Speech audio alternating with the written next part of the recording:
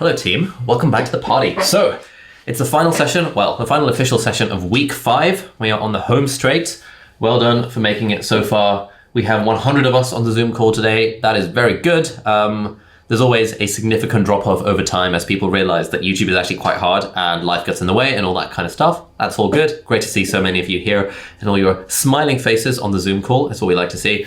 Today, we are talking all about expanding and building a team. Quick thing, if you have Twitter, and you should have Twitter because it's a life-changing social media thing that everyone should be on, publish a tweet now, and the post with the most likes by the end of the session will get 50 house points. So yeah, you know, we want to encourage people to use Twitter. Twitter is how you make friends if you're a YouTuber. YouTube is not how you make friends. Twitter is how you make friends. Instagram sort of, but really Twitter is where it is at. Everyone needs to be on Twitter because you will make friends and lifelong connections and stuff that way, and it's all just great fun. A few community wins. So Neuraliana, thank you very much for posting this very nice thing about the PTYA fam. This is all very good. It's what we like to see. Applying the Hive framework in the coal mine, all this stuff is starting to work. But as we always say, this is just the very start of your journey. If you're a beginner, even if you're a pro and you haven't really done this kind of thinking of yourself as a business model before, this is the very start of your journey and we are here to support you all the way along the way should you need it. Maximilian has hit 1,000 subscribers recently, so that is awesome. Congratulations, that's all very good. Wanted to share this interesting spot from our analytics, whereby this video, the 21 tips for my 18-year-old self, was doing all right, it's doing pretty well. And then Angus changed the thumbnail just randomly. We just did an A/B test on TubeBuddy and we changed the thumbnail. And then somehow that seems to have resulted in a significant uptick in performance, which is pretty good. And I've been told I'm a little bit loud. Is this better? I hope this is better. Yeah, significant uptick in performance. And so, you know, changing thumbnails does sometimes help, especially if you have older content. But obviously if you're a beginner and you're still in that stage of still struggling to make one video a week, you don't need to overthink this stuff. It's just interesting what can happen if you just change up the title of a thumbnail of a really old video. And incidentally, I was speaking to Charlie, who runs Charisma on Command, incredible YouTube channel, over 3 million subscribers. I've been following their work since like 2013. So he and I were having a bit of a chat. And one of the things that they found with their channel is that just revamping old titles and thumbnails, because the channel's been going on for a few years. But what he was saying is that now that they know how to do good titles and good thumbnails, and they've tested tons of stuff on TubeBuddy, they now have a formula for titles and thumbnails. And so refreshing their old content by just changing up the title and thumbnail is paying absolute wonders for them. That seems to be working nicely. House points, as usual, Incendio is still in the lead, but Lumos and Impervious are sort of potentially close by if everyone does their homework this week and someone gets the bonus 50 points. It's still everything to play for. And I think this is all the houses. Sonoris and Reparo still straggling by not doing the homework. That's fine. We get that life gets in the way, but you're all letting the side down, as they say. You should all have, you know, it's basically the end of the course. You should know which houses you're in and have attended the house sessions by now, so I'm not going to go over that too much. We have a social club happening tomorrow. We also have a guest workshop with Pat Flynn, who runs the famous podcast Smart Passive Income, and that I've actually been following for like over 5 years. Pat Flynn is awesome, and he'll be chatting to us all about monetization.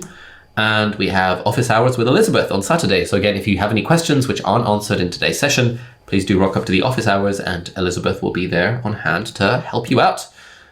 We have a rescheduling of David Perel's guest workshop. It's now on Wednesday, the 14th of July at 5 p.m. BST.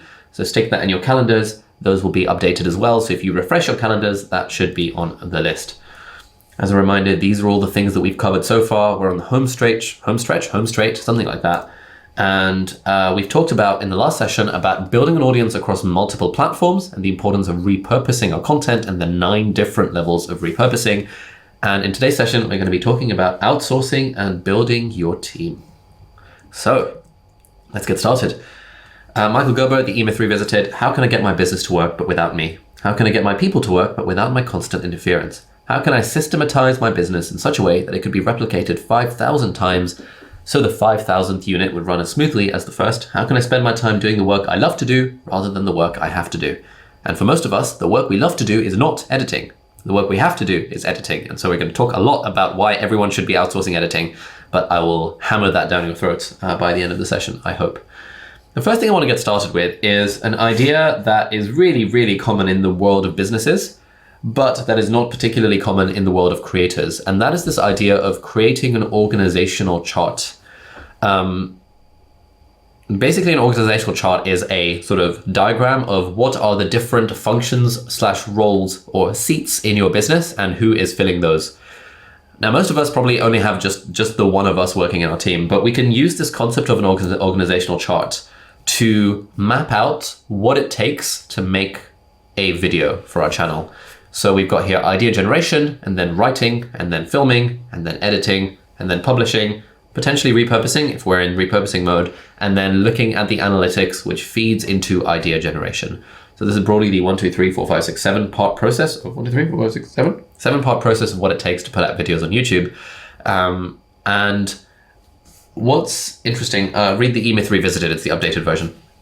This is around about how much time I was spending on each of these things in 2018, so about 3 years ago. 5% on idea generation, 10% writing, 10% filming. The bulk of my time I was spending on editing, and I was spending basically no time looking at analytics or generating ideas, and 0 time at all on repurposing content. Now in 2021, this is roughly what my personal split looks like. 5% on idea generation, 45% on writing, 50% on filming. I spend 0 time editing, I spend 0 time publishing, I still spend no time repurposing, and I personally still spend no time on the analytics because we've built a team who can handle those functions of the business, which is very nice. So we're going to start things off with a 5-minute solo mission. For the next 5 minutes, draw out 2 org charts assigning percentages to each stage of the production process. This is like, imagine yourself as a big organization where you have someone on idea generation, someone on writing, and so on. And write down like roughly how much time, like given that you are probably the person in each of these seats, how much of your own personal time are you spending on each of these seats? So the first one would represent what it currently looks like. And then the second one is what it should ideally look like in your mind, in your dream world. How much time would you be spending on each of these things? And we'll write this down. We can draw like a little diagram, and we'll do that over the next 5 minutes, and then we'll go from there. Let's go. What do you reckon? Post in the chat. What does your current workflow look like? And or rather, what's the biggest difference between your current workflow and your dream workflow? I'd love to hear from you guys in the chat. At the moment, editing 30%, worrying. 100%. Oh, too much time editing. Yep, Adam. Writing 35%, editing 40%. Can you outsource publishing? You can outsource publishing to your editor, and that's a good thing to do. Editing 6 hours, yep. 3 hours idea generation and 3 hours scripting, that's pretty good going. Spending a lot of time on YouTube, Nikita. Wonderful. Just want to do the entire process faster all the way through. Way too much time editing. Yeah, see, the thing about like making a process faster is that it's often very hard to just make the whole thing faster. Often the best way to do it is to identify what is the slowest point and make that point faster, and then just repeat that kind of exercise. And for most of us, editing is by far the slowest part of the whole thing. It's my 4-minute timer, awesome. So this was a thing that I wrote in Notion about, I don't know how long ago, probably about 2 years ago, when I first started, maybe like 18 months ago, when I first started working with Christian. I'd like to get us to the point where all I have to do is sit in front of a camera once a month, read off pre-made scripts, and then everything else gets taken care of. I'm more than happy to invest time and money in people, systems, and tools to make this a reality. Obviously, this is a gross oversimplification, but the main purpose in building a team is so that we can do all the things that we're best suited to and have the highest impact in terms of value to our audience, reach, and profits. The only aspect of the overall business that requires me personally is the talking to a camera bit. Even idea generation can be done by others, as my ideas are nothing unique and always stolen from various common sources anyway. And so if we can move towards a future where the only Ali-specific activity is talking to camera, that would be wonderful. And so this was the vision that I had 18 months ago of where I wanted our team to get to. And in fairness, we're actually nearly at that point. It's not so much once a month, it's more like once a week, because there's just so much stuff to film that I think once a month would be unsustainable, and I find it really hard to film more than, let's say, 5 or 6 videos in a day. And that's even with like Angus or Elizabeth, like they're breathing down my neck being like, all right, Ali, it's enough time on your phone, it's enough time on the toilet, enough time on Twitter, let's film the next video, come on, chop chop, that kind of thing. And so the place that we're now at is where I just film. I sit down in front of a camera and I film videos once a week. And that's YouTube videos and shorts and social media stuff and courses. And it all happens on just that one filming day every week. And most of the idea generation, most of the idea development is done by other people. I take a look at the scripts just before filming them, just to make sure it sounds like me and it looks reasonable, and I incorporate my personal examples into videos. And not one person in the last 6 months has commented that, hey, these videos don't sound like they were written by you, they sound like they were written by other people. Because really the key with a channel like mine is that the content can easily be written by other people, as long as the examples are personal to me, and I know my personal examples, so I can call on them whenever I want. And now the team actually knows what my personal examples are, and so often within a script, Gareth will write something like, Ali, talk about how you became a magician here, or Jakob might write, Ali, talk about how you started the YouTube channel in 2017 here and how it made you feel when people were mean to you. Like, they know these examples now because they've seen the videos and they know what I talk about. And so it becomes very doable to get to this point of being a very part-time YouTuber, where I spend 1 day a week doing YouTube related stuff, and I spend the rest of the time either writing my book or more recently trying to whip the business into shape in terms of like our organizational chart and our sort of organizational clarity and all this sort of businessy type things. Anyway, it's taken a while to get to this point, but now I want you guys to head into a breakout room. So for 10 minutes, head into the breakout room and discuss your dream workflow with your team. Like, in a dream world, what would you like your workflow for YouTube and your business to look like? What are the challenges getting in your way? How might you work to overcome those challenges? And what would you need to outsource and who would you need to hire? This is all looking like creating this dream world. Most of us are not at the point where we can hire people just yet, although maybe we'll talk more about that later. It's like, in an actual dream world, what would it look like for you? Do you want to be the sort of person who speaks to a camera every single day? Do you want to be the sort of person who edits every single day? Do you want to be the sort of person who speaks to a camera once every 6 months? Do you want to speak to a camera once a week? What do you want that entire workflow to look like in an absolute dream world if you had unlimited time, money, and resources? So have a chat with people in your breakout room, and it would be interesting to see what we kind of converge on as a group. But also, if there are people amongst us who just really freaking love editing, that's totally fine. You do you. Most of us don't. And we'll talk more about editing in a little while. So let's hop into breakout rooms and we'll have a bit of a chat. Alrighty, team, welcome back.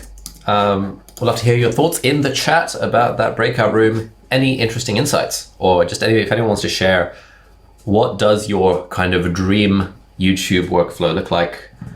If you had unlimited time, money, resources, and everything, what would you prefer to be doing to make your channel continue? Editing was frowned upon. Excellent. Outsource everything, haha, make a second faceless channel. The faceless channel is interesting. It's something I've been thinking about a lot recently. Traveling the world to do on-site video making, very nice. Deep fake my A-roll, that would be nice. That felt like group therapy. That's good. It's good for breakout rooms to feel like group therapy sometimes. A lot of us seem to be in the same boat in terms of our workflows. Outsourcing the editing process. Faceless channels can be lucrative. They can indeed. Outsource writing and editing. Yes, writing is often the second bottleneck after editing is. More filmmaking and storytelling, less uploading, publishing. Outsourcing thumbnails and titles. Yeah, good point. A faceless channel is one where it's a voiceover rather than someone's face being on camera. So popular examples of faceless channels are things like Kurzgesagt and CGP Grey and Wendover Productions and stuff. A boring tutorial creating team outsourcing everything but talking to camera, and then a film writing script where we get to lock ourselves in a room and get creative and make up skits. Awesome. Cool. So let's go back to our analogy of stacking the deck. So success on YouTube, as we know, is probabilistic. There are no guarantees in anything in life, let alone in YouTube.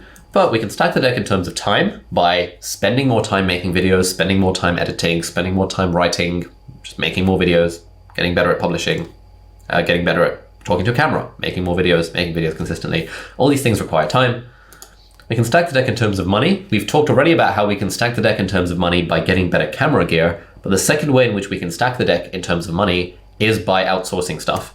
And we can stack the deck in terms of a system, and hopefully the thing that we've been building up for the last 5 weeks is the system that helps leverage our own force applied to our YouTube channels. So, in terms of expansion, let's quickly talk about this idea of public versus private platforms. Now, we touched on this in Monday's session, whereby public platforms are things like YouTube and Twitter and Instagram and TikTok, where it is a public platform, anyone can post to the platform, And private platforms are things like your own website and your own email list, effectively, and your own membership community if you have it all like built in your own thing. And generally the idea is that we want to build an audience on a public platform, and then over time we want to transfer them more towards private platforms, because we ultimately control the private platforms and we don't control the public ones. Now, overall, this is all of the stuff that we're doing in our business at the moment, but here is how it evolved over time. And I'm giving you an idea of this so you can see at what point we started hiring people and bringing people onto the team. So June 2017, 4 years ago, 0 videos, basically 0 subscribers and no revenue. I just started with YouTube. I did just YouTube for a whole year up until June 2018. At that point, I had 106 videos, 23,000 subscribers, and $1,600 a month in AdSense revenue. And at that point, I started the newsletter and the blog. So this was a solid year after making 2 videos a week to get to 106 videos for that year. Then, a year later, June 2019, by that point, we had 178 videos. I slacked a little bit because that was when I was working as a doctor, and I only made 72 videos that year rather than 106 that I made when I was a medical student. Channel grew to 257,000 subs. It was making $9,000 a month in AdSense revenue. And at that point, we started taking Instagram seriously, and my brother and I started our podcast. So very slow evolution. Then, a year later, it's June 2020, 249 videos. Again, semi-slacking, only made about 70 videos, but again, I was working as a doctor, so whatever. It's not too bad. On average, 1.5 videos a week. Wish it could have been more, oh well. Channel tripled to 745,000 subscribers, $80,000 a month in revenue. This is excluding PTYA. And most of that was actually through Skillshare. And that was when I started taking Twitter seriously and started seriously publishing Skillshare classes, and also started taking LinkedIn seriously. And this was for November 2020, where we're actually now in July 2021, where we have probably like 360 or so videos, 1.9 million subscribers. So channel has like nearly tripled in the last 12 months. What's our revenue these days? It's about 250K a month, something like that. So yeah, revenue tripling as well from last year. And we've started PTYA, we've started TikTok, and we're in the process of starting a new podcast.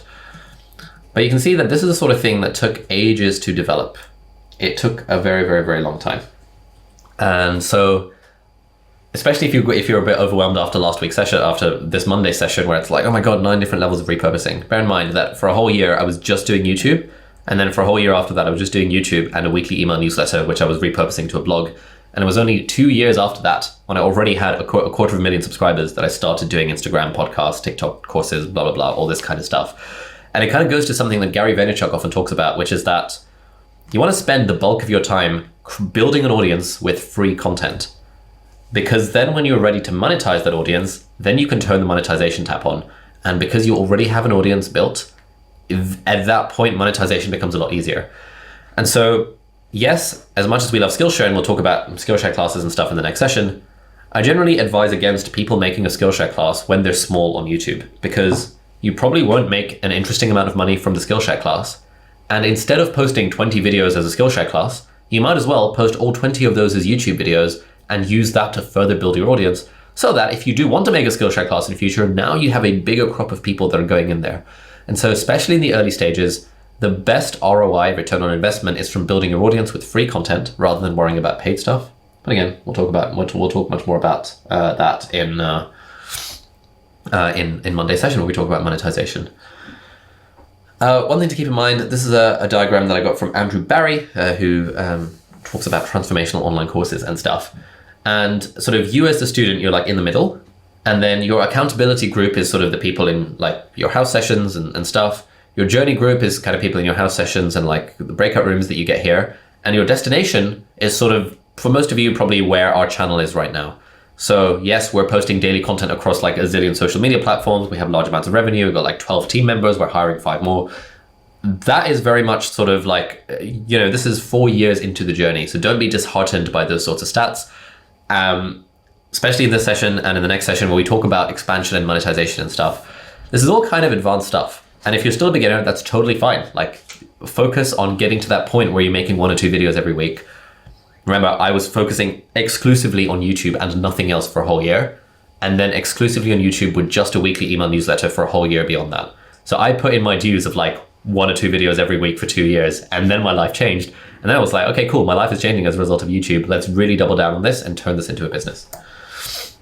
Let's talk about business models now. So this is something that David Perell tweeted out some time ago, where, starting off with email subscribers, but then that, a 2-way funnel into the podcast, a 2-way funnel into the YouTube channel, a 2-way funnel into Twitter, email subscribers, 2-way funnel into his essays on his website.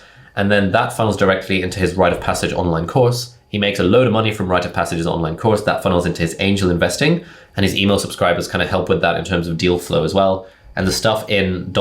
is the stuff that's not quite been done yet. I'm sure David is in the process of writing a book and possibly starting a personal subscription service.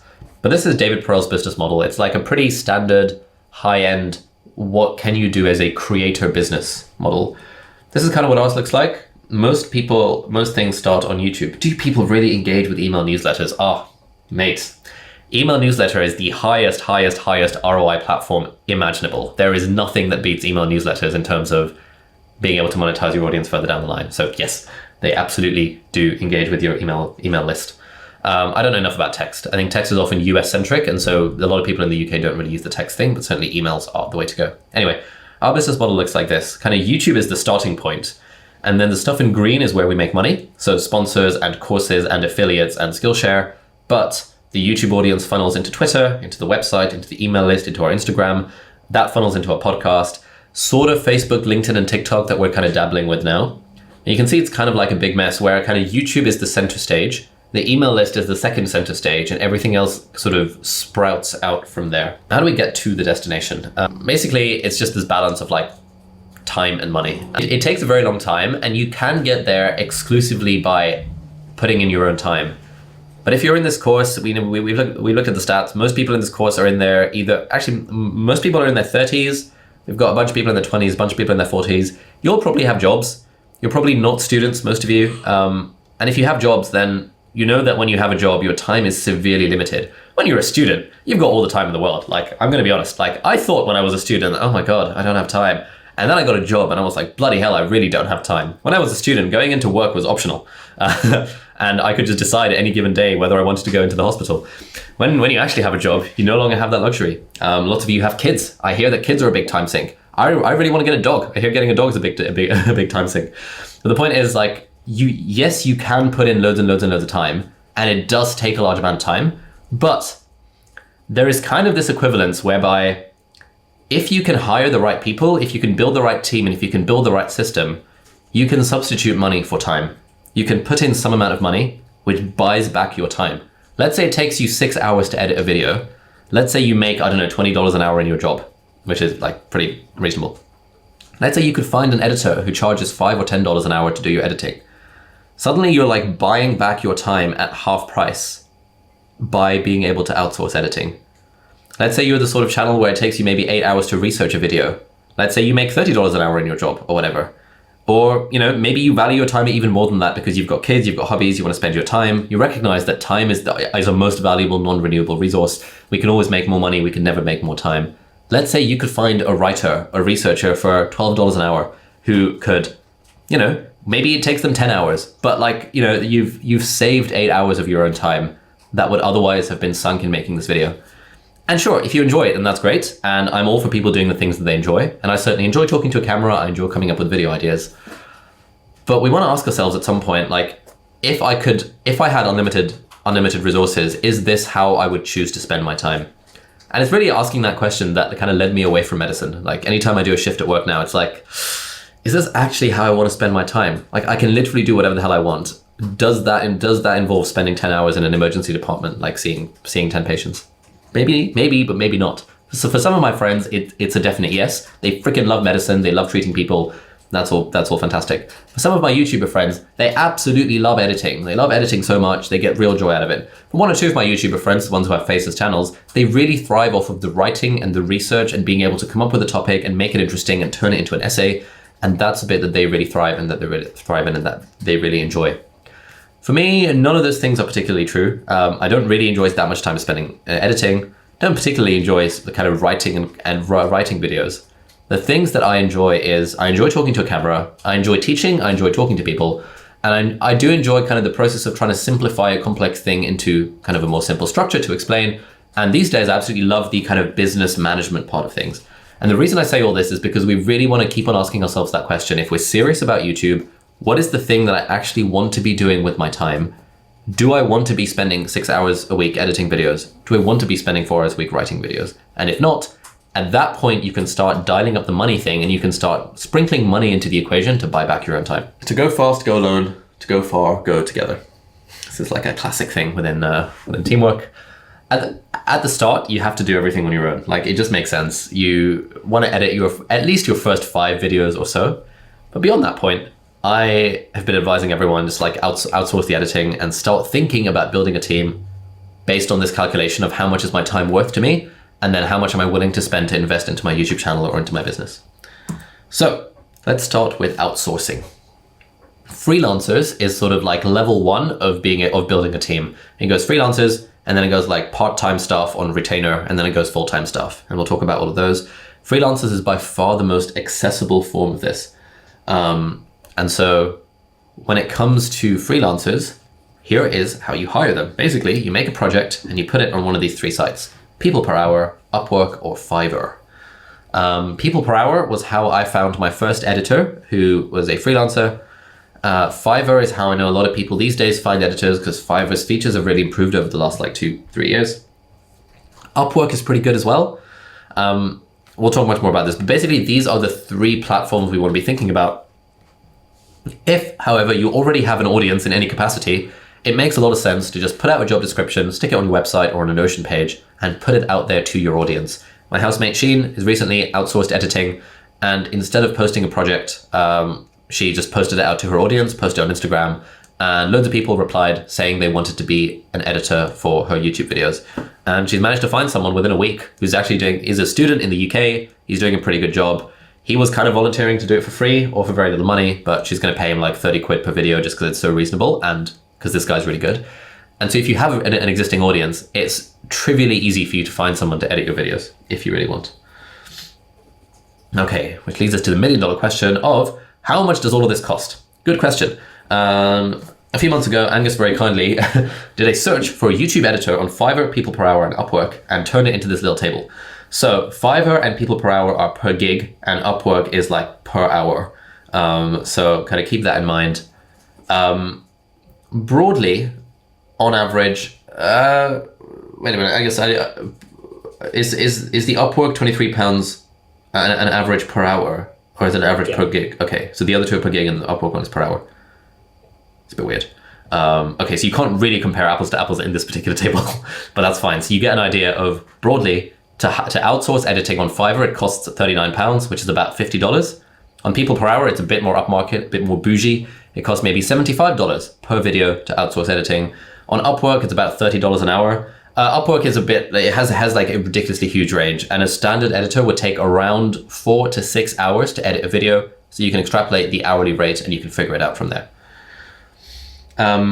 If I were getting started, I'd probably recommend Fiverr, posting a project on Fiverr and seeing what happens. So this is how I did it. 2 years ago, I posted a project on People Per Hour saying, I need a long-term editor for my YouTube videos. Long-term is a thing that appeals to editors because they want job security, they want like a reliable client. I need a long-term editor for my YouTube videos. This is what I said. I've got a YouTube channel with 250k subs, lol. I try to make 1 to 2 videos a week about a wide range of topics covering medicine, technology, education, and productivity. I also work full-time as a doctor in Cambridge, and so I'm finding it increasingly more difficult to make the time for filming and editing consistently alongside the day job. I'm looking for someone to help with the editing side of things. I can supply the 4K video files plus external audio via something like WeTransfer, and I need a hand with editing them into the final product. Preferably with Final Cut, because that's what I've been using for 2 years, which means I'm able to make changes to the final project before exporting, but I'm proficient enough with Premiere to work with that if you would prefer. That was a lie. I'm not proficient enough with Premiere, but hey, everything is figure outable. Just learning on the internet, I knew that it could take me like 3 hours to watch a Premiere Pro tutorial, and I'd be able to work with Premiere, because this stuff really isn't that hard. Is this something you think you'd be open to building a long-term relationship with? Feel free to have a look at my YouTube channel for an idea of my editing style. Looking forward to hearing from you. So word for word, this was the project that I posted on People Per Hour. And this is some of the proposals. And I want you to tell me in the chat, a deal or no deal. Dear, please accept me. I'm YouTube specialist. Please look to my profile. Please accept. I have good skill team. I give you best service. I want monthly based payment. ... I'm waiting for your feedback. Thank you. No deal. Absolutely not. Sorry, Mohammed Afzal. It's probably from Pakistan. Probably one of my homeboys, but like, mate, come on. Totally unacceptable. What about this one? 360 video project. Dear Ali, I'm a videographer editor based in London with experience in promos, commercials, corporate interviews, blah, blah, blah, blah, blah. Given my experience, I feel confident and excited about your project. I'd like to discuss details about it. I edit with the Adobe Suite, work with 4K equipment, blah, blah, blah, blah. Please feel free to ask any question. I'll be glad to help. What do you reckon? Deal or no deal? And if not, why not? Sounds kind of expensive. I think he actually said $100 per video, which was reasonable. Potentially entertaining the discussion. So the reason I declined this guy is, number one, he said he works with Adobe products. But also, this screams copied and pasted message, a copy and pasted message.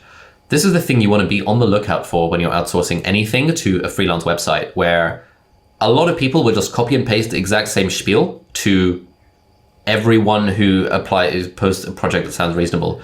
So he said, I work with 4K equipment, the GH5, the G80 cameras, lenses, Rode camera mic, Rode lapel mic, Zoom audio, DJI, Ronin, DJI Mavic Pro drone. All of that screams to me that he has not actually read the project, and he doesn't realize that I actually just want an editor. I don't give a flying F if he deals with the freaking DJI Mavic Pro or a gimbal and stuff. That's not what I'm looking for. I'm looking for someone to edit my footage. And so this screamed to me as this is a copy and pasted message. And therefore we want to be on the lookout for this sort of stuff. And actually one thing a lot of people will do, and now I do this if I want to hire freelancers, somewhere in the project, I will say, by the way, just so I know you've read this, please tell me how old you are, tell me your date of birth as the very first line in your cover letter or something like that. So you know that someone will have had to read that and do that thing. And if they don't do the thing, then they're just immediately cut straight away. So that's like a really easy way to get rid of people immediately. ADL Creatives. Hello, Ali. I've gone through your job request. I'm happy to tell you we can help you with the full management of your YouTube videos. Contact me for more info, Francis. What do you reckon?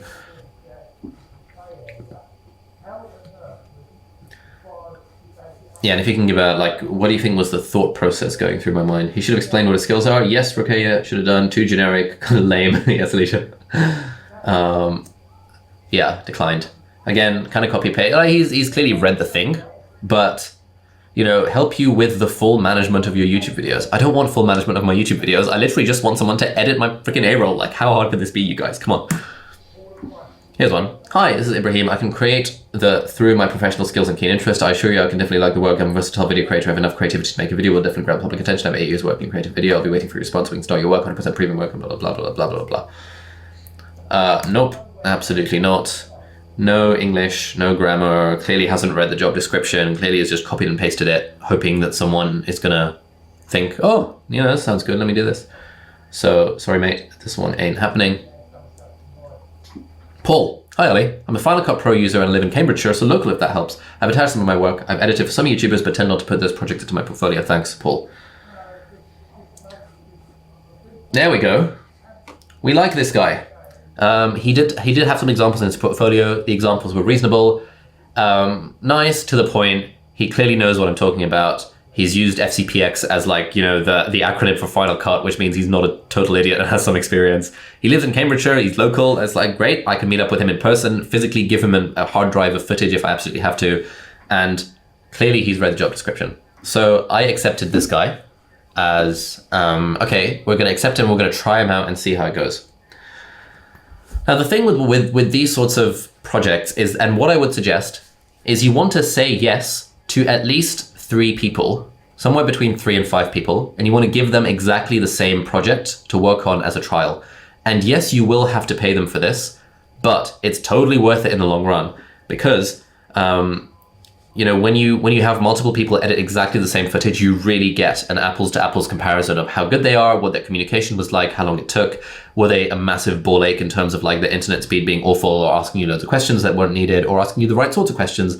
And if you just try and hire an editor one at a time, this was the mistake I made a year before this when I first tried to hire an editor on Upwork. I hired one guy from the Philippines, $7 an hour. It wasn't very good. And I thought, you know what, screw this. No one can understand my editing style. I am a pro editor myself. I can never outsource editing. Oh, guess I'm gonna have to do it.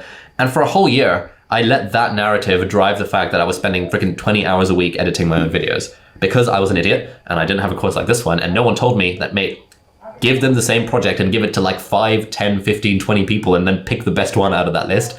And that is ridiculously ROI positive.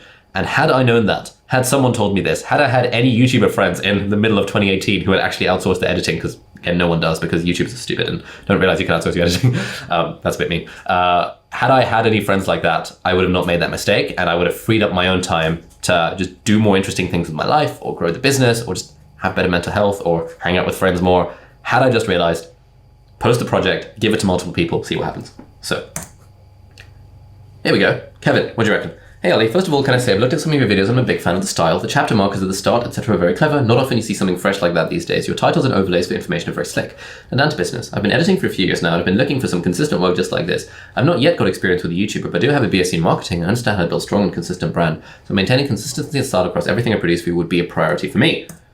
I use Final Cut Pro for all my editing, so the fluent transfer of files should be no problem. I work fast and generally turn around anything I take on within 24 hours. I've attached some examples of the editing work below. I have more examples of some vertical video playing around recently, which show a bit more of a creative flair. Feel free to send me any questions. Looking forward to hearing from you. Cheers, Kev. This guy, when I saw those first few, my heart was sinking. I was like, oh God.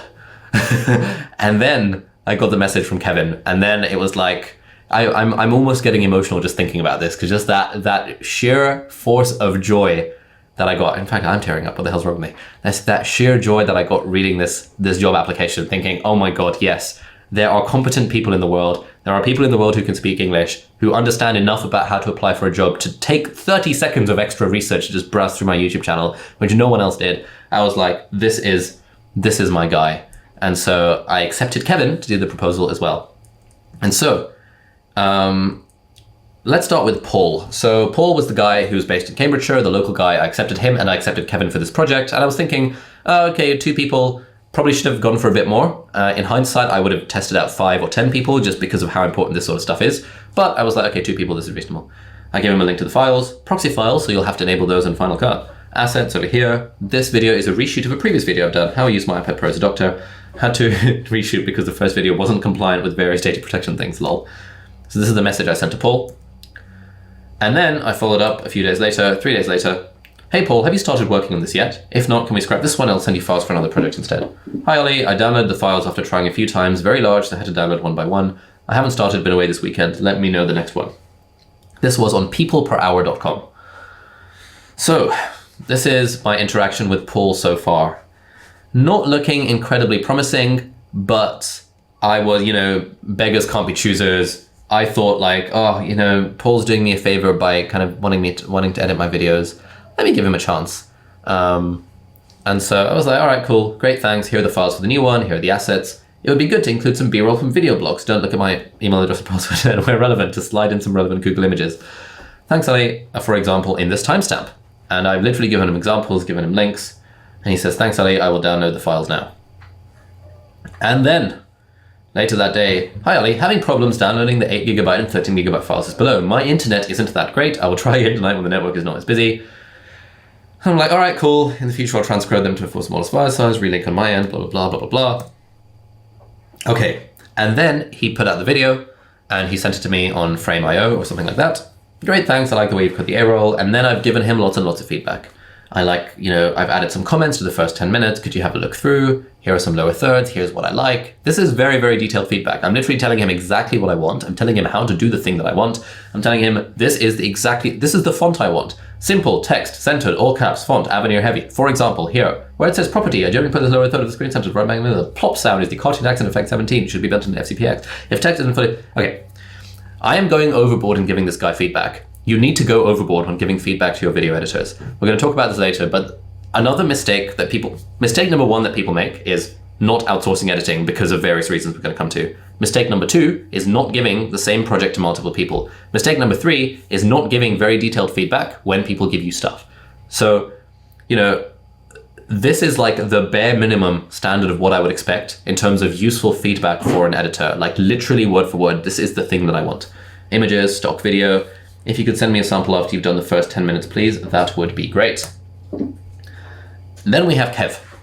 So these are the messages with Kev. Awesome, your stuff looks great. Can we do a trial run? I filmed a video review of this, blah, blah, blah, blah, blah. I can also send you transition packs, lower thirds. I can send the files via WeTransfer.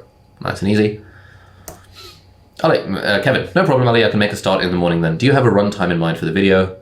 Not really. Haven't had a look at the footage yet, but as a general vague guideline, as long as it needs to be but no longer, which probably isn't that helpful. Lengthwise, if you can go with whatever feels right to you, please. I'll look through the project as well, and I can always chop out / add bits as necessary. Looking forward to working with you.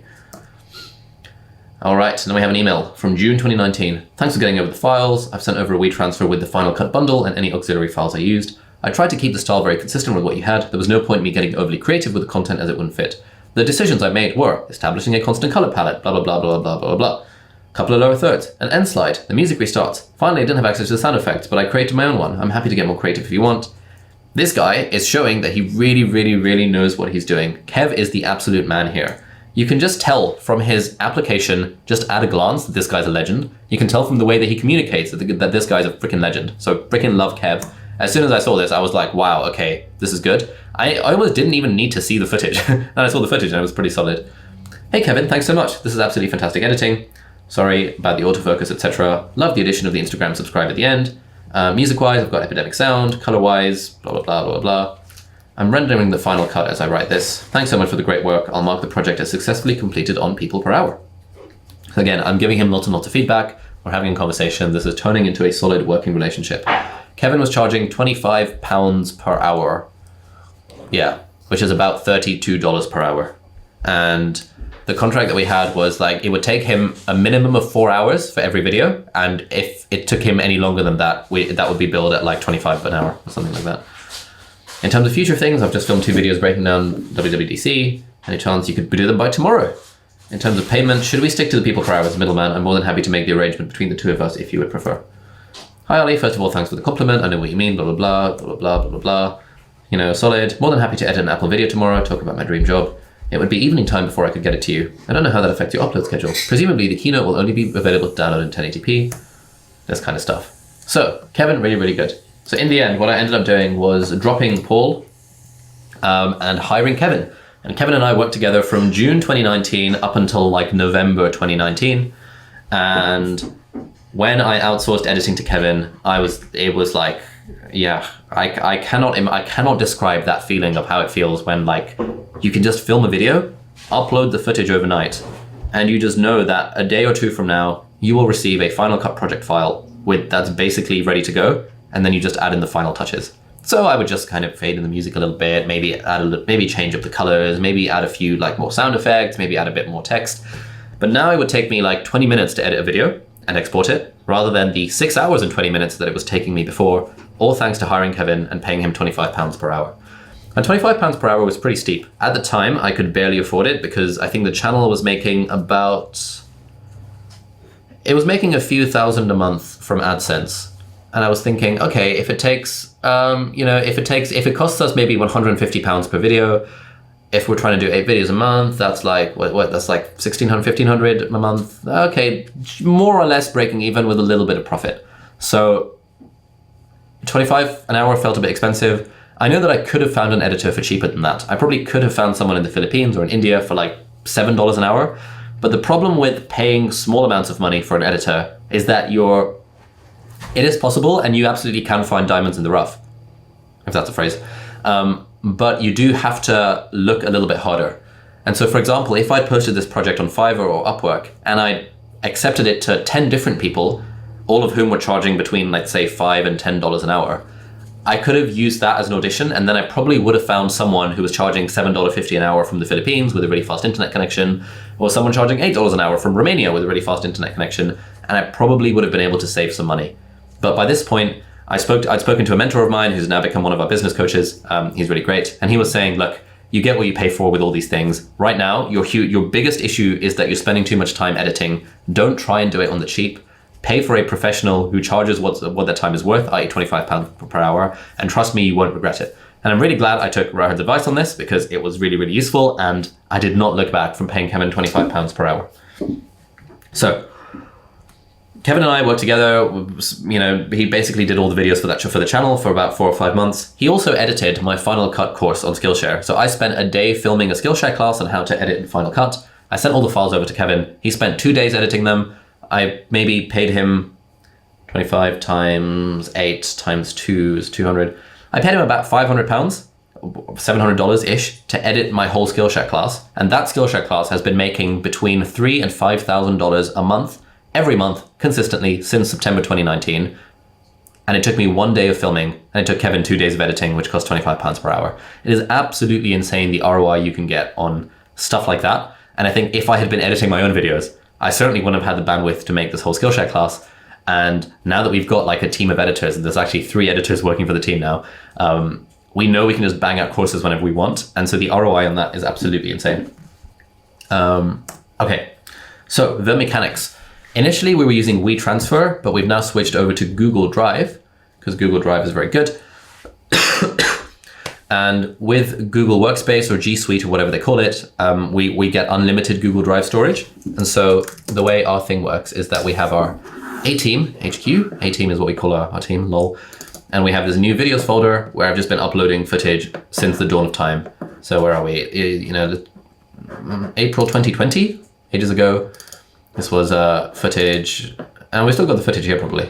This probably hasn't been deleted. Yeah, we're using 14 gigabytes of Google Drive storage. So basically I just upload absolutely everything to Google Drive. And so we have got new videos, July 2021. Hire on a $3 million business part-time. I just uploaded the file and the audio. I'm trying to live more intentionally. We've got the video file, we've got the audio, 12 gigabytes, 100 megabytes, nice and easy. How much I spend in the business? This is just the audio file. I'm going to upload the video file overnight because I filmed that today. Skillshare, extra bit. So this is now our process for transferring files to our editor. And it's very easy. Public speaking video, we've got a file, we've got audio, we've got a screen recording. All you have to do is just drag and drop the files into Google Drive, upload it overnight, and you are sorted. So the most important rule of outsourcing is feedback. You always have to be able to give people feedback. The thing that I recommend is Frame.io. It's a bit expensive, but that's fine because it's really good and it's totally worth it. And this is the easiest way to send and receive feedback for video edits. So let's log in. Okay, so this was a video that Alessandra sent. Alessandra is one of our new editors. And, Christian was giving him the feedback. So this is how essentially it works. All right, so when I think about like the stuff that I want to get done or be productive or being organized, there is a concept that's often in my mind, and that is the concept of strategic laziness. Now, Christian has very kindly added a comment over here. Let's have each word of strategic laziness smooth slide up as he says it, which is good feedback. It's useful. I try not to use stock footage because he doesn't really like it, nor do viewers really. There should be some B-roll of him intensely typing on an iPad or something else that fits the working hard idea. Maybe him messing around with 2 iPads side by side. Can insert some B-roll. So the idea is you can give trying to feed 2 birds with one stone. The sound effect here is super loud. Only mouth pop whip high. Let's see what this sounds like. For Deep Camp, we have the idea of batching. This is something I first came across in the 4-Hour Workweek by Tim. Yeah, so Christian has kindly pointed out that that's probably too loud a sound effect, and we want to kind of dial it down a little bit.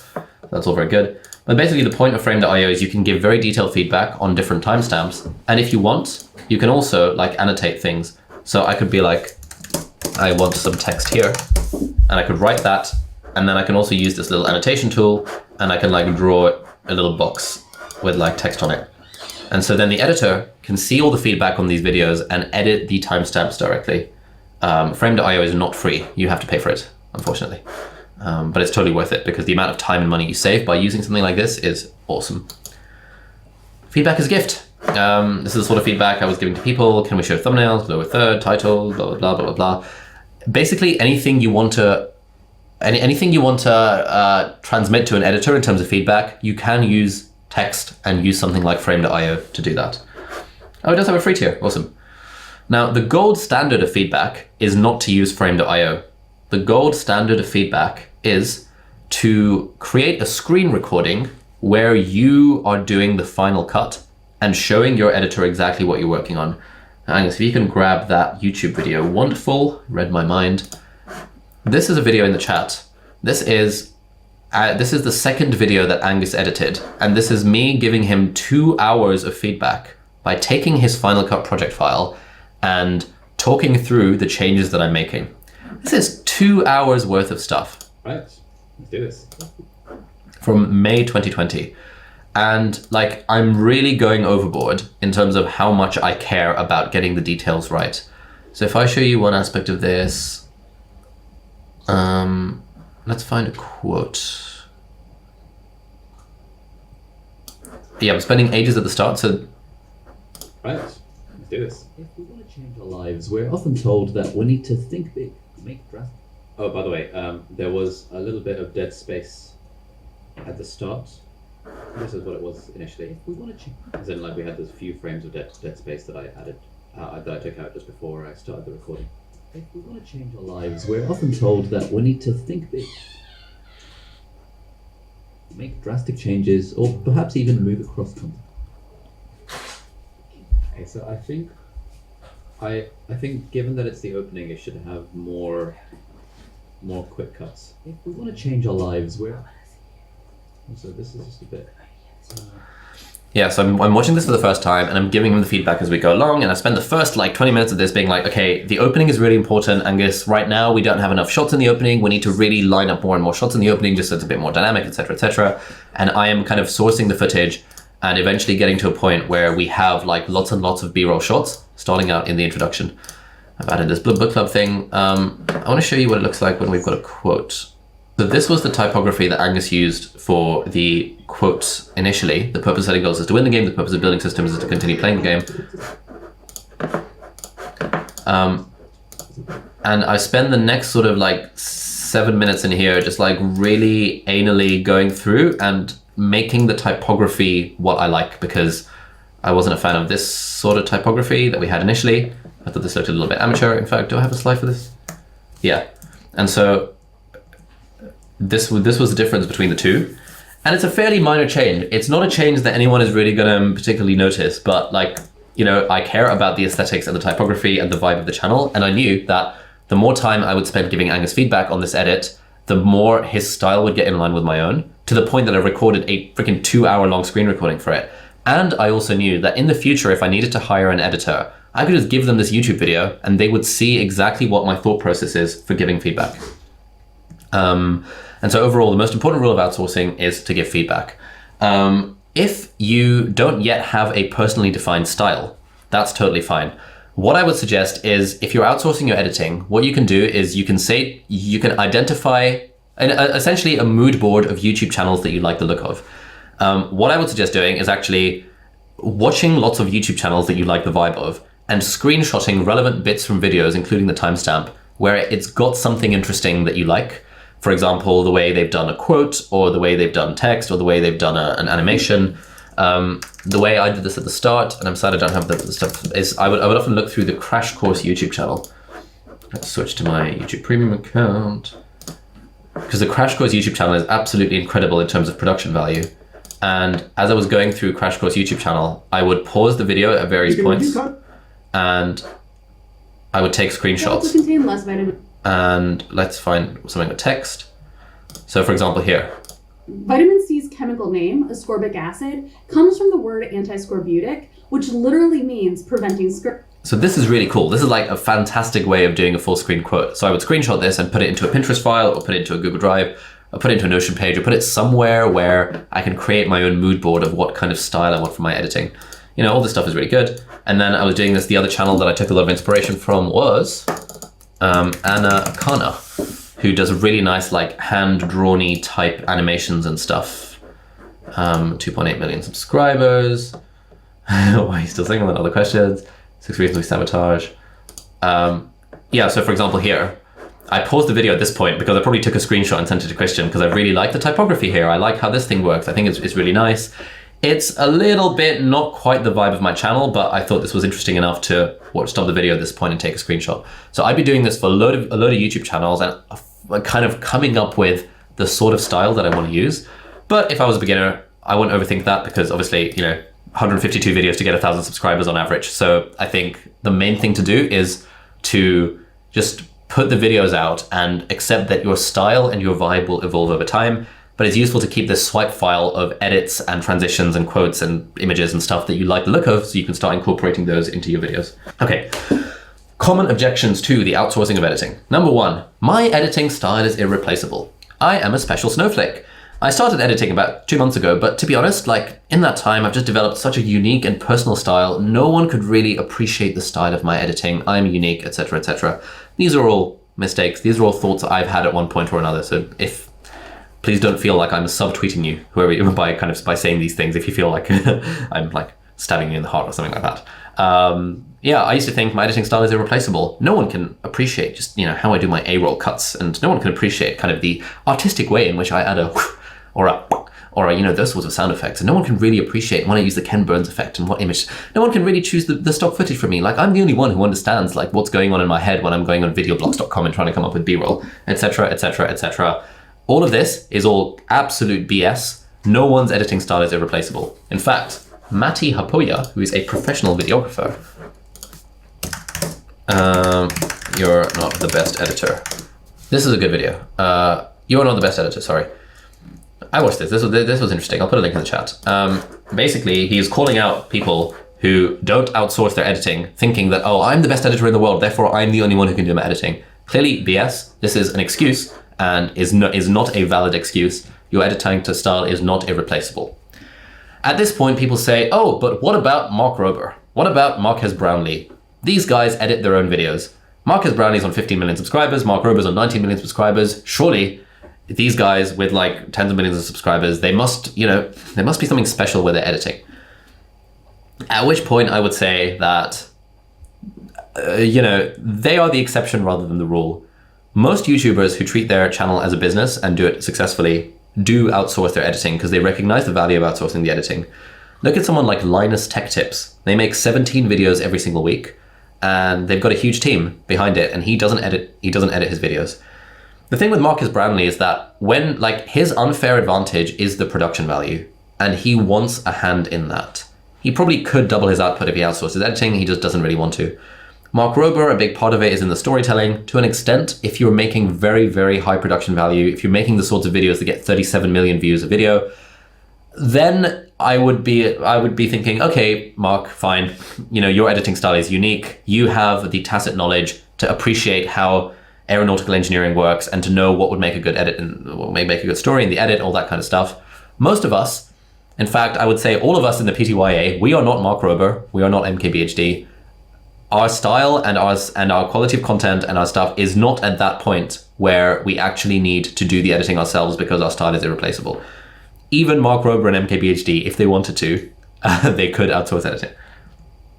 Anyway, 2, I haven't figured out my style yet. This is another big one. People say, once I figure out my style, then I will outsource editing because then the editor will know what to do. So there's a few things there. So firstly, everyone's style is constantly evolving. I haven't figured out my style yet. Every few months our style kind of changes. We've been changing the thumbnails recently. We've been changing the fonts recently. And the style of content on my channel, sorry, 2 secs. The style of content on my channel 4 years ago is very different to what it was now. And so no one has really figured out their style.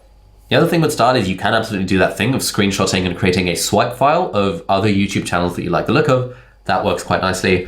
The other thing is that, to be honest, if you find an editor who is good, they can help you figure out your style.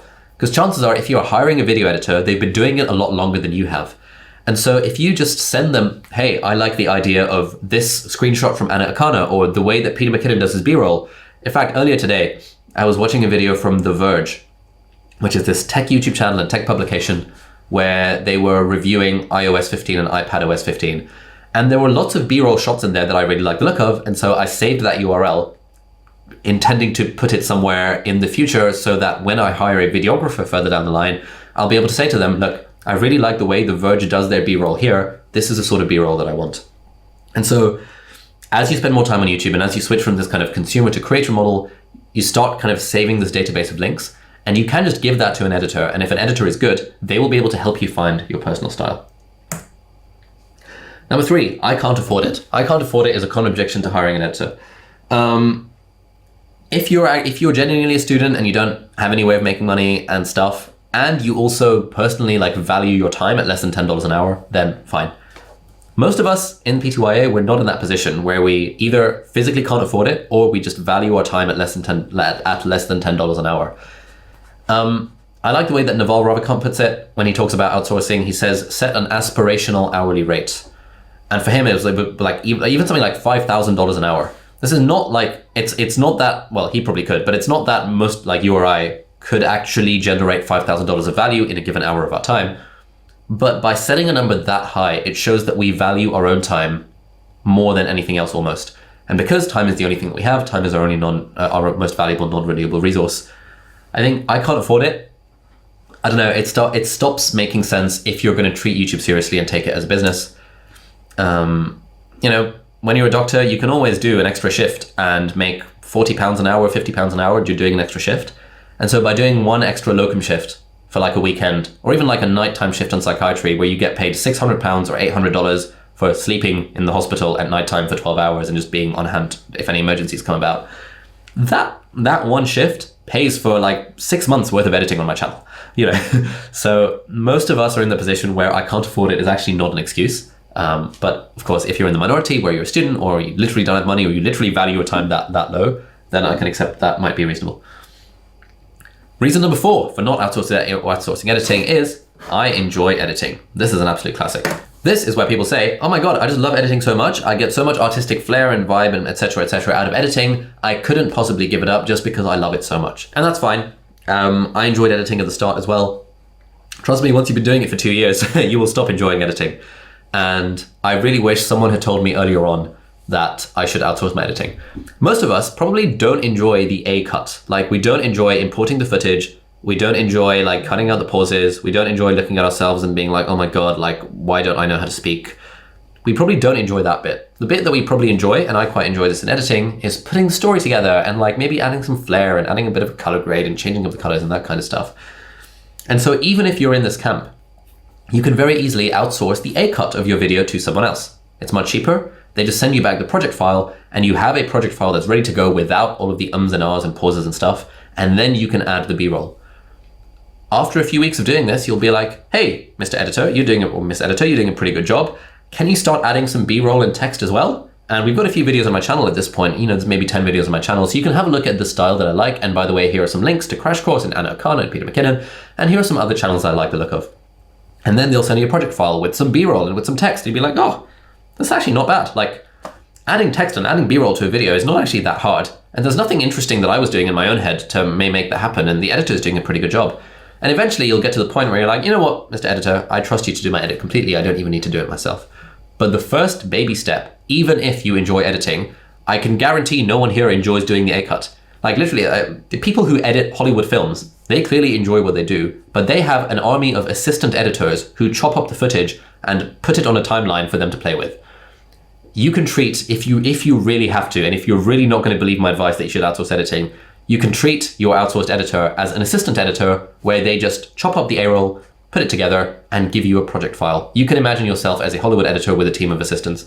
You could do that if you wanted, but I guarantee you over time you'll realize that you don't really enjoy editing that much. And if you do, you can always put the final touches to a project. And hey, even if you do really freaking enjoy editing, you probably won't enjoy doing it for every single video. Wouldn't it be so nice if you could just sit down one day, one weekend, the kids are away, you've got the house to yourself, just bang out 5 videos, film 5 videos in a row, and then you've got them in the bank and someone else has edited them. And so any week where you're struggling or life's getting in the way or the kids are being annoying, you don't have to film and edit a video yourself. You could just release a video from the bank that someone else has already edited. In that position, you're still enjoying editing, you're still editing your own videos, you're just not editing all of your own videos, and you're giving yourself margin, you're creating this backlog that you can then use if you need it. So I enjoy editing is not a reason to not outsource editing. Even if you really enjoy editing, outsource half your videos, edit the other half yourself. I promise you'll enjoy it more when you have half as much of it to do. I make so many mistakes. This is another absolute classic. I make so many mistakes when I film. I F and I'm blind and I swear all the time and I pause every 2 seconds and I always have to clap my hands and clap my fingers. I can't possibly give that footage to an editor, A, because it's really embarrassing, and B, because, I don't know, they just wouldn't know what to do with it. Especially because, when I talk to a camera, especially because when I talk to a camera, it takes me about 8 takes to do, especially because when I talk to a camera, it takes me about 8 takes to do a thing. Like, how on earth will the editor know which of those takes to do? I'm the only one who understands how I look and who can appreciate with that I want take 3 rather than take 7, and I can't possibly communicate to an editor. I just make too many mistakes. I'm not going to outsource editing for that reason. Again, these are all things that I felt myself. I'm not trying to subtweet anyone here. I am kind of, because these are the excuses that we see all the time. This is all just BS. So the point of an editor is to cut out the mistakes. If you have ever been on a set of like a TV show or a film or seen a behind the scenes, you know how many takes they do. They do zillions of them. Like, actors often complain. They're like, oh, well, I thought acting was going to be about like this, but actually acting is just about repeating the same line over and over and over and over and over and over again. And it is the job of an editor to pick the best take from that and to pick the best take that fits with the story. And also, let's be honest, we're making YouTube videos. We're not making Michael Bay Hollywood-style productions. Your legit take is probably the most recent one.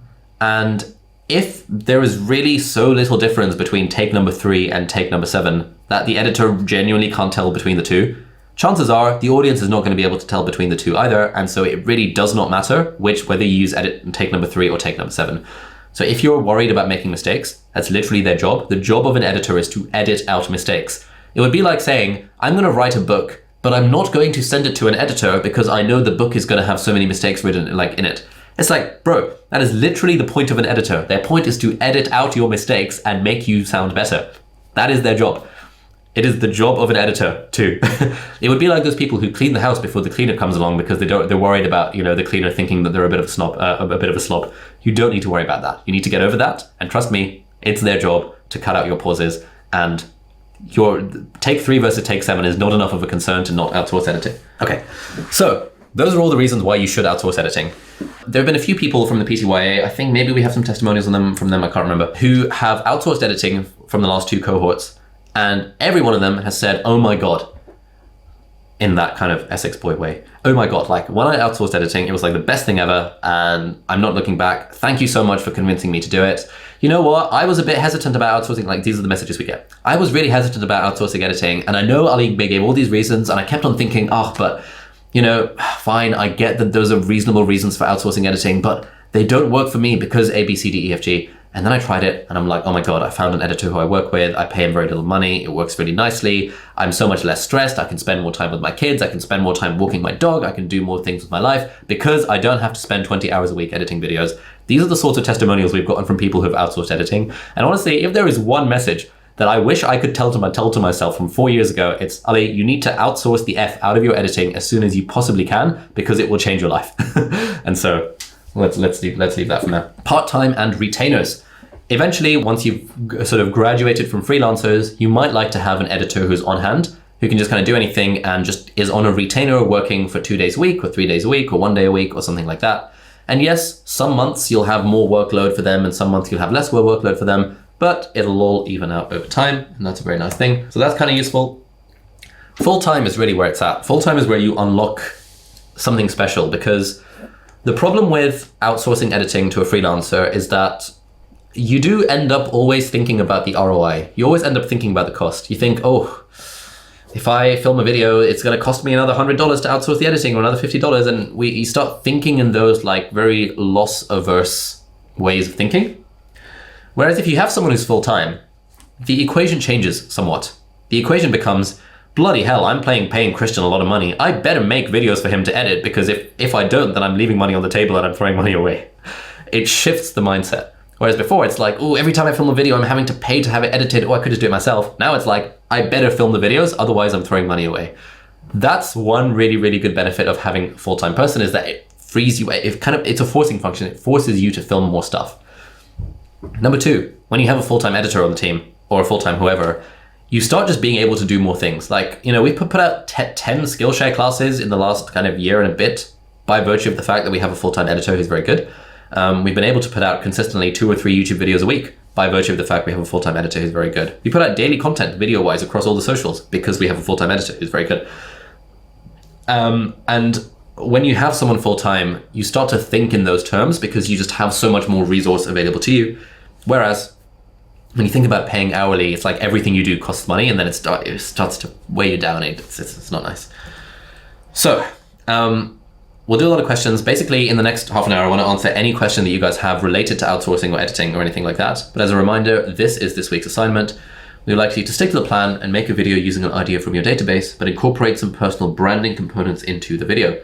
Remember, we've got a branding components Notion page that can help you work through the key branding components of your channel. And as a bonus challenge, relinquish control. if you outsource the editing of this video or the next video to someone other than yourself, you will get double the house points for that assignment for your house. So please do tell us whether or not you outsourced editing when you're posting for feedback on our community platform. Otherwise, people need to beat Incendio House because they're way too far in the lead, and we need to catch up, especially Sonoris and Reparo, or whatever those two houses at the bottom of the list were, who've been slacking really hard for the last 6 weeks. Alrighty. One final thing is our PTYA community is continuing from the 26th of July. So the cohort finishes next Friday or next Sunday or something like that. And then me and the team were taking like a 1 week sabbatical where someone will be monitoring the email inbox and will be giving feedback, but we're taking like a 1 week sabbatical to recharge. But then from the 26th of July, we are launching the PTYA community. This is a free-for-all vibe where we're going to have events every week, probably once or twice a week. We'll have events, and those will be guest workshops, those will be Q&As, there'll be office hours, there'll be content brainstorm sessions. The point of the PTYA community is to make it as easy as possible to stick to the plan of publishing one YouTube video every week for the next 2 years. The point of the PTYA community is to make friends and to have like a peer group to make this YouTube thing a bit less lonely than it might be otherwise. We're going to have some in-person events as well now that the world is starting to open up. We've got some events planned for London, and if anyone else wants to organize some events abroad and wants to invite us to them, then let us know and we'll happily fly out to you if you can get some PTYA people together, because that would be quite a fun use of time. We're also launching a PTYA YouTube channel, which is going to launch around that time as well. Now, on this channel, it's going to be a YouTube channel that's going to have loads of videos about growing on YouTube, done by me and Elizabeth and Angus and the rest of the team. But interestingly, we also want you guys as alumni of the course to make videos for the PTYA YouTube channel if you want. So if you have some spare capacity and you like the idea of maybe sharing some lessons or some thoughts about your YouTube journey, or doing a little tutorial about how you do this cool sound effect, or doing a little tutorial about how you speak better on camera, and you want that to go on the YouTuber Academy YouTube channel, then we can talk about that. You can message and email us. We'll figure out like a process for this. But the vision that we've got in mind is that maybe we're planning to publish 4 videos a week, and it would be nice if a few times a month we had a video that was published by that was made by someone else. Maybe Marshall is doing a video about his camera settings, or maybe Cora is doing a video about how to blow up in crypto or things like that. And as an incentive, we'll link to your main channel in that because we want the PTYA YouTube channel to be huge. So this will hopefully be a good way of funneling traffic to your main channel as well.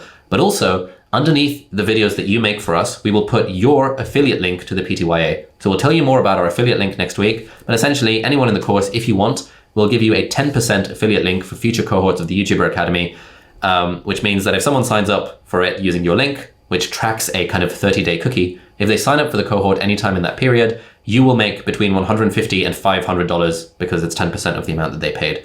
So hopefully decent incentives for you guys to make videos for the PTYA YouTube channel. Obviously, they have to be good. They have to be high quality. We are not going to publish crap because we don't believe in, I think we're at a point where quality matters rather than quantity, but we'll give you much more details about that when we do our stuff next week.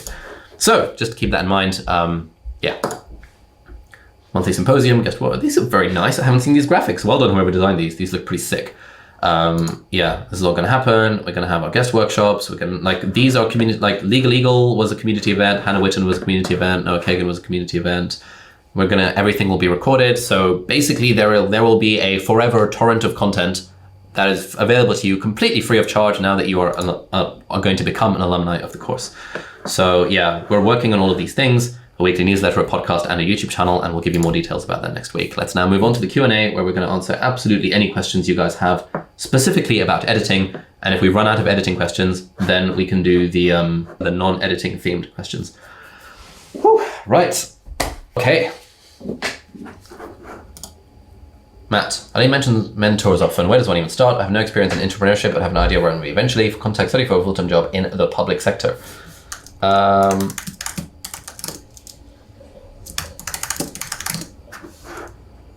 This is really good. I'm going to post a link to this in the YouTube chat. Yeah, I think this is a good model. Okay, Julian, if you're not super strong at editing, is there a concern or limit on how good your feedback can be, making outsourcing difficult or hard to bring up the quality? Yes. But it also depends on what sort of YouTube channel you have. If you have a YouTube channel like mine, where realistically, the editing is not that hard. It's cutting out the pauses, it's adding some stuff, it's adding an animation here and there. It's not too hard. You don't need to be a Hollywood style editor to understand what makes a good edit in that context. If you're making more story-driven content, or you're aspiring to make story-driven content, it will be harder for you to outsource editing because you won't know what good editing looks like. It's sort of, it's like with anything when it comes to hiring, that if you're trying to hire someone for a job who is doing the job better than you, it's hard to know how good a job they're really doing. So you do have to contend with that. What I normally suggest is that you edit your first 5 videos at least to give you an idea of what editing a video is actually like. And then at that point, you let an editor take over. But if you are running one of those channels that's focused on like Hollywood style, James Jarney style editing, and you're not an editor yourself, then I would question why you're running one of those channels, because you're not using your unfair advantage there. Okay. Adam, curious if you think my excuse isn't in fact an excuse. I've been a professional filmmaker for the last 8 years, well done. So my excuse is more to do with understanding that I'll have to pay a lot of money to find someone as good as me. If I hired someone cheaper now, it may save me time, but I'd be so stressed with knowing I could do a way better job than the editor I hired. Thoughts on this, Ali? Thanks, Adam. Okay, this is a good point. Again, it depends on what sort of content you're making. If you're making very filmy content, then yes, you'll have to pay for someone to be as good as you. If you're not making particularly filmy content, then you don't need someone to be nearly as good as you to do a competent job editing your videos. I think it's an excuse. I think you should try it out anyway and see what happens. And I think given that you are a professional videographer, professional filmmaker, you actually should be able to give them more detailed feedback than someone else would get. And yeah, if you want someone close to that level of experience, you will have to pay for it, sadly. It's just the way the world works. But I actually think you could find like a really hotshot kid from the Philippines who will take feedback on board, speaks English really well, and will know and will be able to improve over time. And so it's just a question of, do you need all of your videos to be 8 years of experience as a filmmaker level of quality or not? I was speaking to Matt Diavella like 2 days ago, or was it last night? Tuesday night. And he was talking about the struggle with finding an editor for his courses, because he's got his master YouTube course, which was 26 videos, which are all like the production value of one of his YouTube videos. Matt Diavella is obviously a filmmaker, has got 2 documentaries on Netflix. And the thing I was thinking as he was talking about his woes is that you actually don't need to get you don't need that level of editing to make a good YouTuber course. And after a while he said that, yeah, I got a bit sick of it, so I hired 2 editors and they did a great job. And I think the thing that he realized is that his own experience possibly was holding him back from outsourcing something that he could have easily outsourced, because he was thinking every single video in my course needs to be the production value of a Netflix documentary. It really doesn't. And also there's a formula, voiceover, B-roll, nice music. Like he's got a formula. We've broken down Matt Diavella's formula. And so his like 10 years of experience with filmmaking documentaries and Netflix style stuff, obviously it's good, but it's a YouTube video, there's a formula. And so Adam, I would be in the mind of thinking that this is an excuse rather than legit, but give it a try and we'll have to see how it goes. Vic, when we outsource editing, after feedbacks are given to the editor, how would the editor charge based on how many feedbacks we need to re-edit the content? Okay, generally I'd recommend finding an editor who charges per hour, because if it takes them an extra 2 hours, then you pay them for an extra 2 hours of stuff. I don't like it when editors are like, oh, you get 4 revisions or you get 2 revisions and it's a fixed fee, because I'm like, look man, this is a YouTube channel. Like we have tons and tons of content and it's always a bit up in the air, and I never know how many revisions it's going to take. I just want to pay you by the hour because I can very easily translate that into a positive ROI for me. So yeah, I'd say find someone who works hourly. Tunji, is there a max amount you'd recommend paying for a video if your channel is not monetized yet? Would you increase the budget once you're monetized? Second question, with all your staff now, have you calculated what your total cost per video currently is?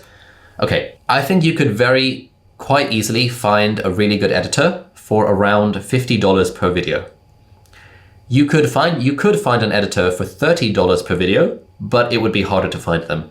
So $50 would be around if I was starting a YouTube channel from scratch, I'd be paying $50 to edit a video, bearing in mind that I value my time at more than $12.50 per hour. Would you increase the budget once you're monetized? Not really. Like if you find someone who's good, who's $50 an hour or $50 per video, then just keep at them until the point where you're at 3 million subscribers, and then you're really profitable. Second question is, with all your staff now, have you calculated what your total cost per video currently is? Not really. I don't think in terms of cost per video, because it's not a useful metric. We don't think in terms of like per video. We think in terms of like the whole thing is like a production pipeline. We always have like 5 videos being edited, a bunch of shorts, a bunch of content, a bunch of courses. Christian, our main editor, also helps with like the graphic design and the branding and the thumbnails and all this kind of stuff. Like you stop thinking in terms of cost per video when you're at the point when you're at a certain level of scale. Having said that, I did a video earlier today where I tallied up how much it costs to run this business, and it ended up being $84,000 a month to keep our business ticking along. And so, like, you know, a big chunk of that, about $20,000 a month, is the PTYA costs. And so if we think just in terms of salaries for our video editors, currently we have 3 video editors. How much are they being paid per month? Maybe about 10K a month in total across all 3 of them. And if we make 2 videos a week for the main channel, 2 videos a week for the yeah, we pay our 3 editors around 10K a month in total, altogether. Yeah, the question of total cost per video is just not something I ever think about. William, advice for outsourcing editing if one wants to do less sitting in front of camera type videos and more filming type sketches, for example, or A plots and B plots, cross-cutting, etc. Okay, that's harder. It's harder to do. If you find a good editor who you can hop on a call with, who you can talk through kind of your idea for the content and the storyboard and stuff, then it's easy enough. If you've prepped your script ahead of time in advance, so that voiceover followed by this, followed by a skit of my housemate talking about how much she hates me and hates my mouth tape, followed by this, followed by that. Like, if you the more you've storyboarded it out, the more the editor can follow the storyboard.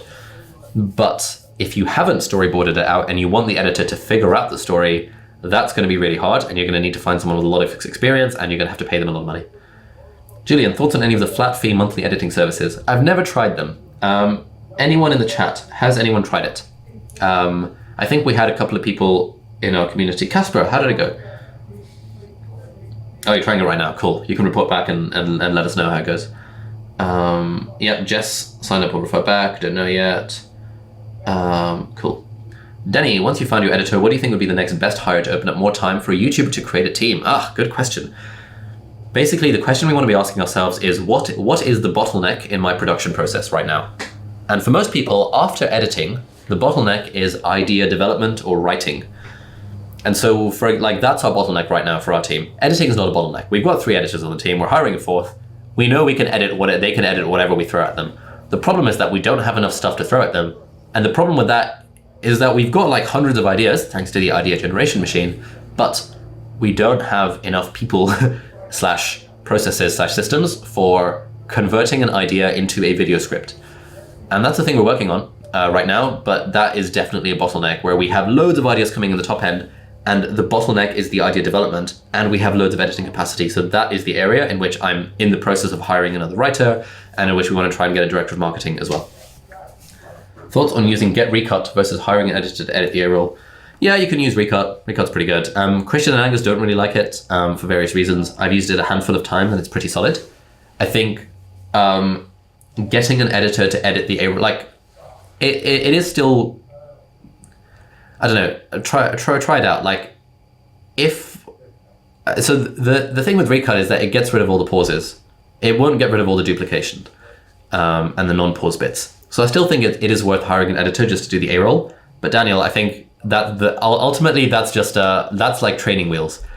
Hiring an editor to just do the A-roll is like a gateway drug into hiring an editor for the whole video, and you should hire an editor for the whole video. The only reason I'm suggesting the A-roll thing is some people are so opposed to the idea of hiring an editor, and for some reason don't want to take my advice on this, that the A-roll thing makes them feel better about themselves. But yeah, I would hire an editor to edit the A-roll as well.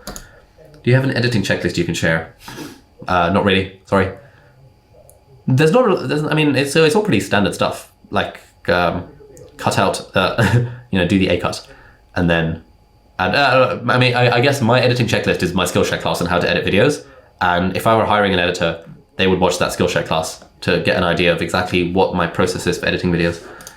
Is A-roll cut probably about an hour of work? Yeah, sometimes less, sometimes less. It depends on how quick you are with keyboard shortcuts.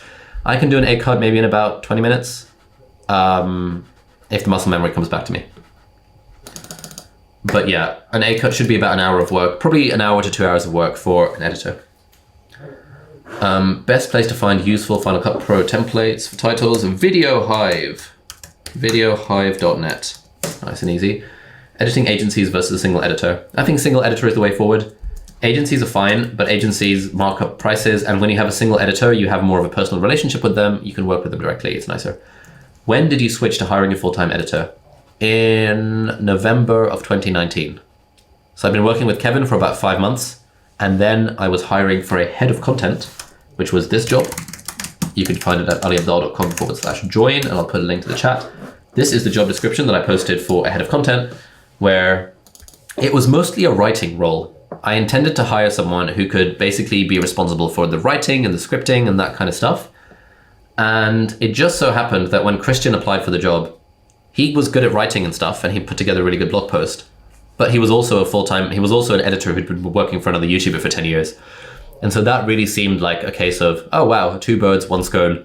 I said to Kevin, sorry Kevin, as much as I love you, I've got a full-time guy now who can write and also edit. And Christian has ended up, his role has morphed into just being an editor and a graphic design guy, and now he's head of our post-production team. And so he hasn't actually done the head of content type stuff, but this was the role that he was hired for. But it just so happened that he fell into our lap as a full-time editor, and so the role kind of changed from that. What is a reasonable rate for script writing? Okay, this is controversial because it varies massively depending on how experienced the writer is and whether or not they live in America.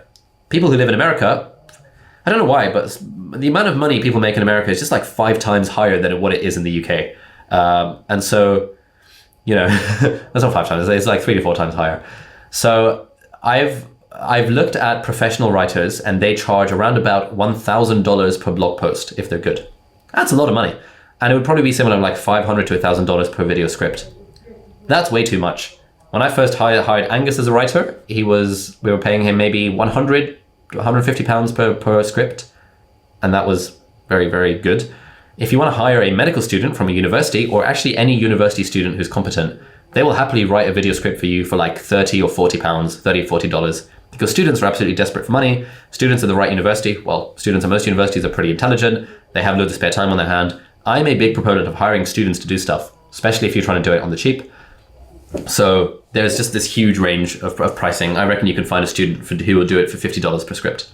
Pete, with the scripts, do you literally sit down and read straight to a camera for the first time, or do you spend time pre-reading before going to film? Good question.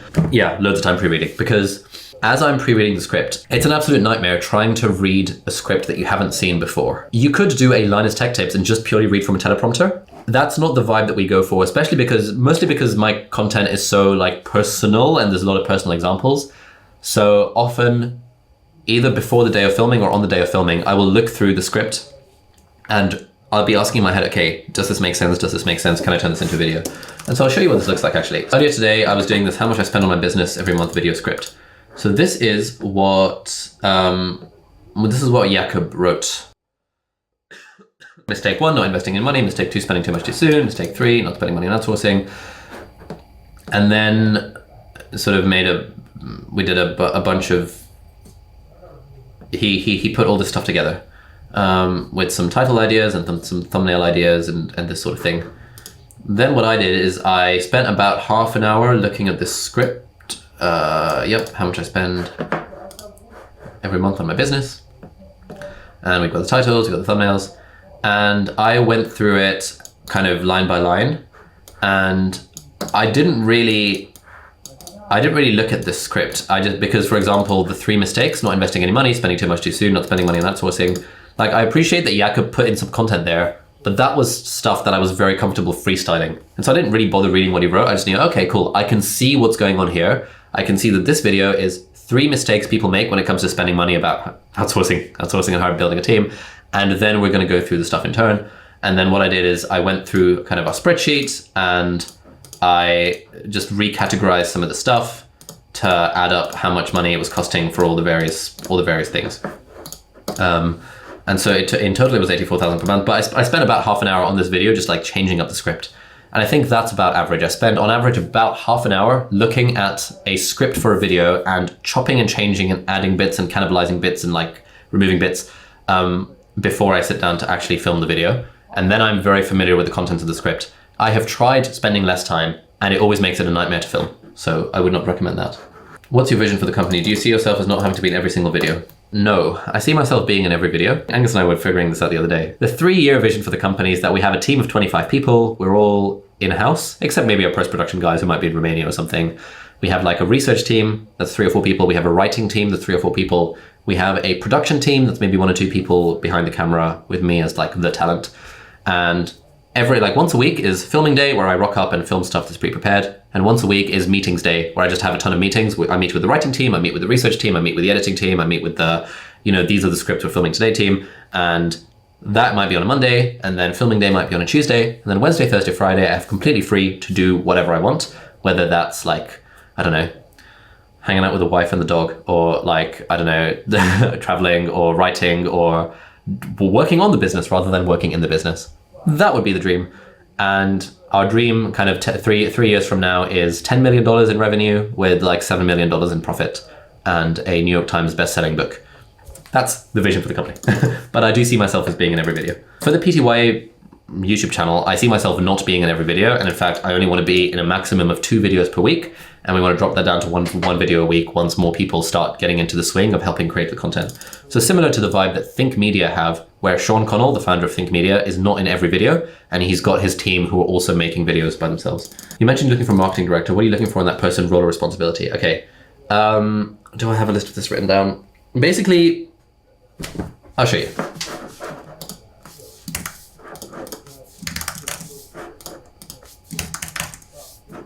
Good.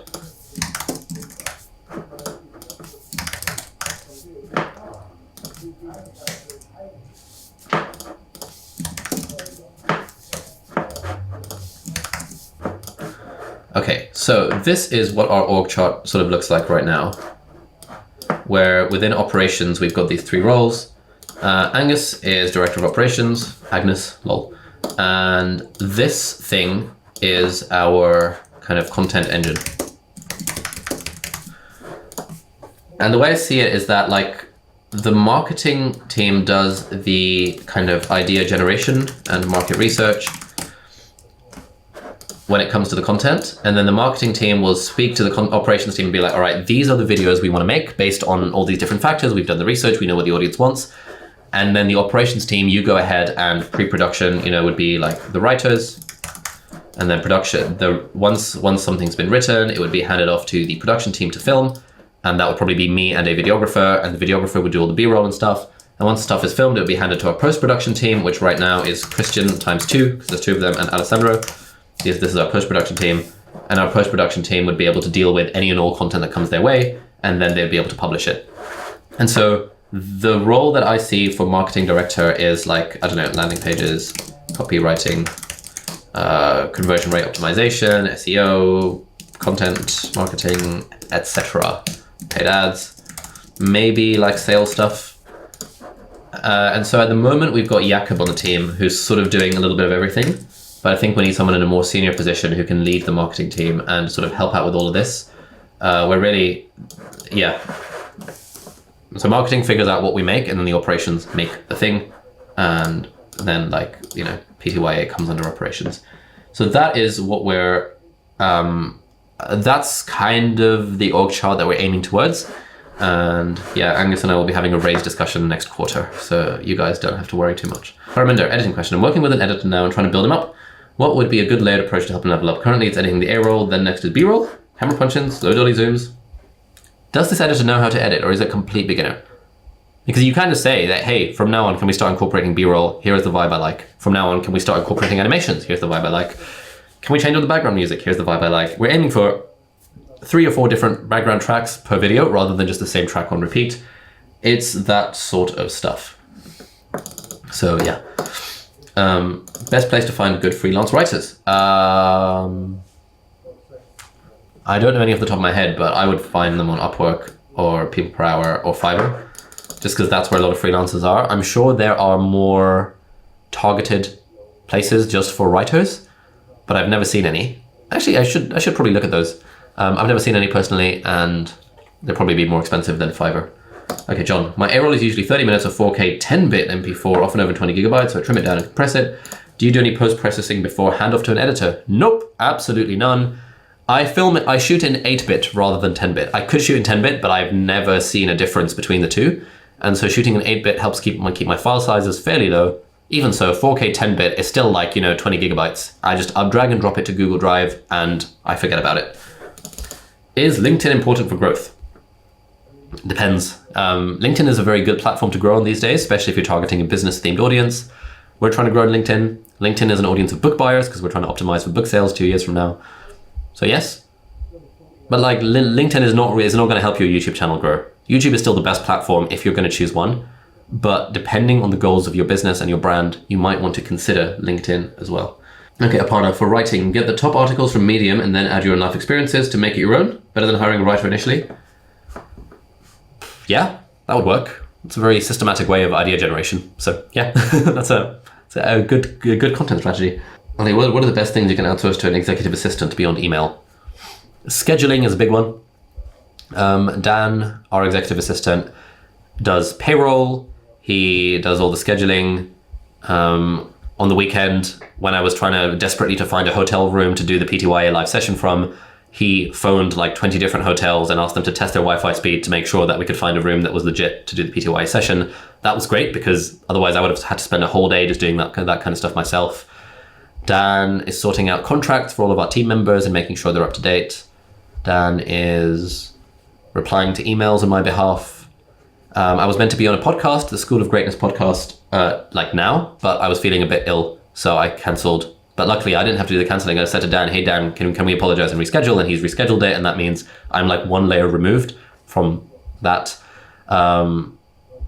Anytime someone wants to arrange a meeting with me, Dan does the scheduling. Yeah, lots of good stuff. Lots of good stuff. Adam, doesn't hiring an editor per hour disincentivize them to work fast? Yes. Like hiring anyone per hour does disincentivize them to work fast. But I don't know. I'm a believer in like giving people agency and letting them do what they want. And as long as they're getting the job done, I don't really care if they're charging me for 6 hours or 7 hours or 8 hours. If they're charging me for 18 hours for a video that I know for a fact will take me 3 hours to edit, then we have a problem. But beyond that, like as long as the job is getting done, I think it's fine. I've got friends who run businesses who hire freelancers who insist on them installing time tracking software.